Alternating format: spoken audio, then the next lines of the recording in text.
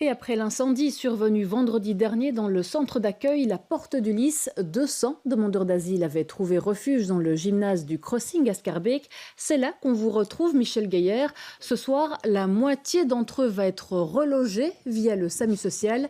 Mais l'endroit est tenu secret, Michel.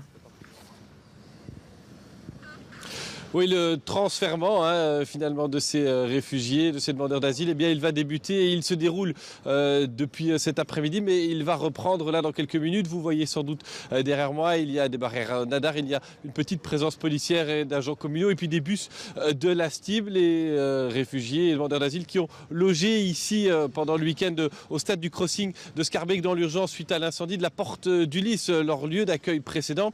Eh bien, ils vont être envoyés en différents lieux de Bruxelles dont les adresses sont gardées secrètes pour éviter tout problème, nous disent les bénévoles de la plateforme. On sait qu'il y a une partie qui ira dans un bâtiment du SAMU social qui hébergeait jusqu'il y a peu des Ukrainiens. Il a été cédé, puis d'autres dans un bâtiment reçu par la plateforme des réfugiés via l'administration fédérale FEDASIL. C'est un peu une bonne partie de son action depuis plusieurs années maintenant. Chercher encore et toujours des logements, puisqu'on le rappelle, il y avait 350 places dans la Porte du Lys au moment de l'incendie ce week-end.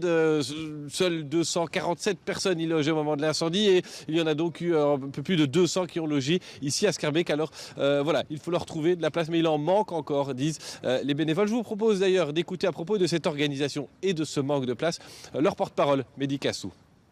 Dans la pratique, on avait 350 places à la Porte du Lys. On en ouvre 100, donc on perd 250 places sur notre capacité totale. Alors on cherche définitivement des bâtiments de type hôtel, auberge, maison de repos qui nous permettent d'organiser de façon un peu plus structurelle l'accueil. Et donc si des possibilités existent, contacter la région bruxelloise ou la plateforme citoyenne. Les places qui sont dans nos dispositifs, elles sont durables. Les places qui sont dans le dispositif ouvert ici, dans le bâtiment cédé par le SAMU social, on parle d'une convention de quelques mois avec l'espoir qu'on puisse trouver un bâtiment dans lequel réorganiser la capacité que nous avions à la Porte du Lys.